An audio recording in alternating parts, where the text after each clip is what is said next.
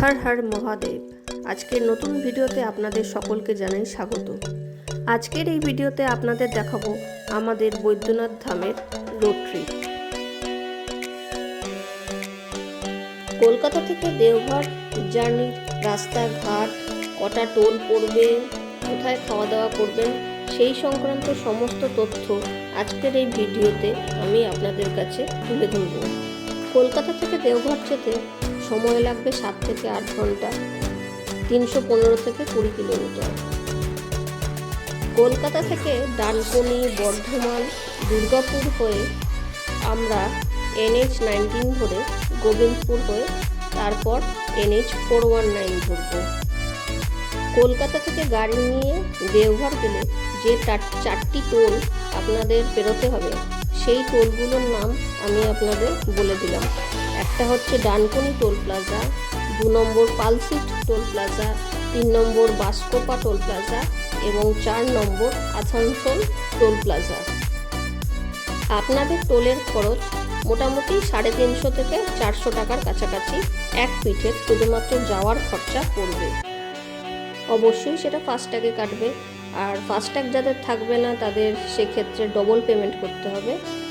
কলকাতা থেকে গোবিন্দপুর অবধি হাইওয়ে প্রায় 6 লেনের রাস্তা, এবং তারপর থেকে গোবিন্দপুরের পর থেকে গিরিডির যে রাস্তা সেটা তখন একটু ছোট হয়ে যায়, সেটা 2 লেনের রাস্তা। সেই সময় গাড়ি একটু আস্তে চালাতে হয়, তো সেক্ষেত্রে আপনারা সেটা খেয়াল রাখবেন। NH-19 ধরে আপনাদের 260 কিলোমিটার যেতে হবে এবং তারপর NH-419 ধরে প্রায় 55 কিলোমিটার যেতে হবে।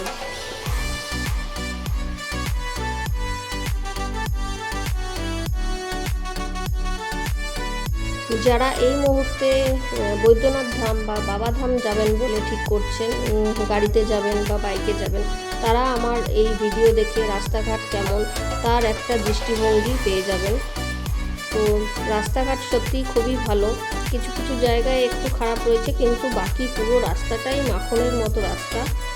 তো ভিডিওটা দেখলে পুরোটা বুঝতে পারবেন যে রাস্তাঘাট কেমন।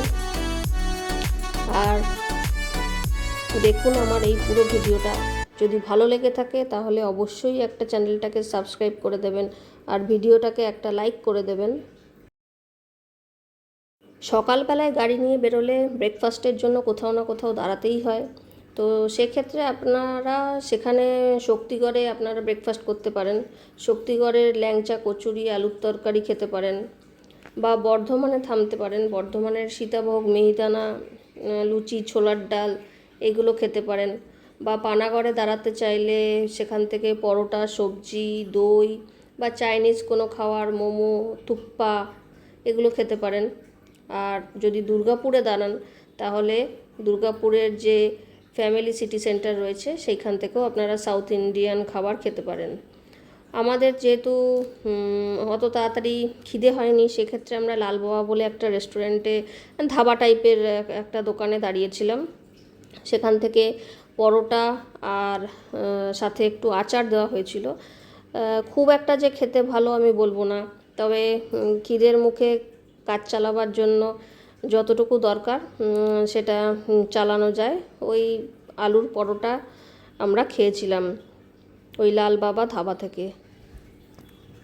এছাড়াও পপুলার যে ধাবাগুলো পড়ে, পানাগড়ের কাছে আজাদিন ধাবা, দুর্গাপুরের শেরি পাঞ্জাব ধাবা, রানীগঞ্জের হিন্দুস্তান ধাবা এবং আসানসোলের পাঞ্জাবি ধাবা, এই ধাবাগুলোতেও আপনারা চাইলে খেতে পারেন। তো আমরা যেহেতু আমাদের খিদে হয়নি বলে আমরা এই ধাবাগুলোতে দাঁড়াতে পারিনি, তো আমরা ওই অন্য একটা ধাবা থেকে খেয়েছিলাম, যেটার নাম আমি বলেছি লালবাবা ধাবা। সেটা আপনারা নিজেদের চয়েস অনুযায়ী বেছে নেবেন। গোবিন্দপুরের পর থেকে দেওঘর অবধি কোনো ব্র্যান্ডেড রেস্টুরেন্ট নেই, লোকাল চায়ের দোকানই হচ্ছে আপনাদের ভরসা। তাই আসানসোলেই আপনারা যথাসম্ভব ব্রেকফাস্ট সেরে নেবেন।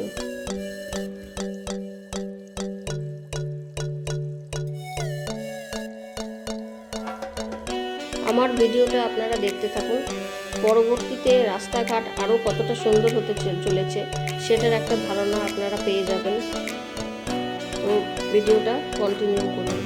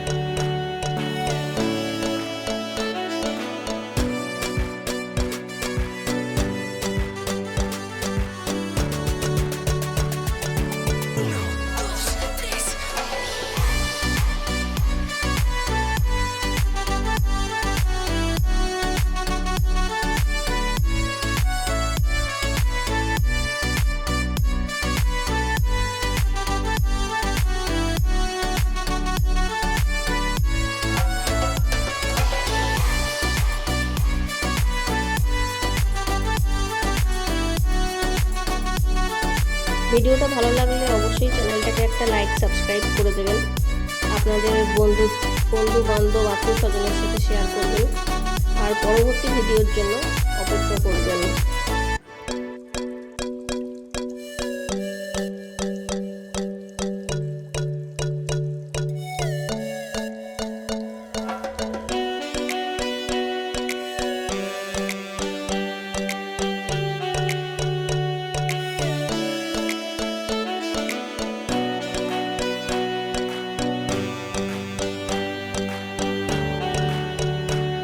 আমরা আমাদের হোটেল গীতাঞ্জলি ইন্টারন্যাশনালের কাছাকাছি এসে গেছি। দেখুন, এই হচ্ছে রিসেপশন। ভালো লাগলে চ্যানেলটাকে সাবস্ক্রাইব করে দেবেন।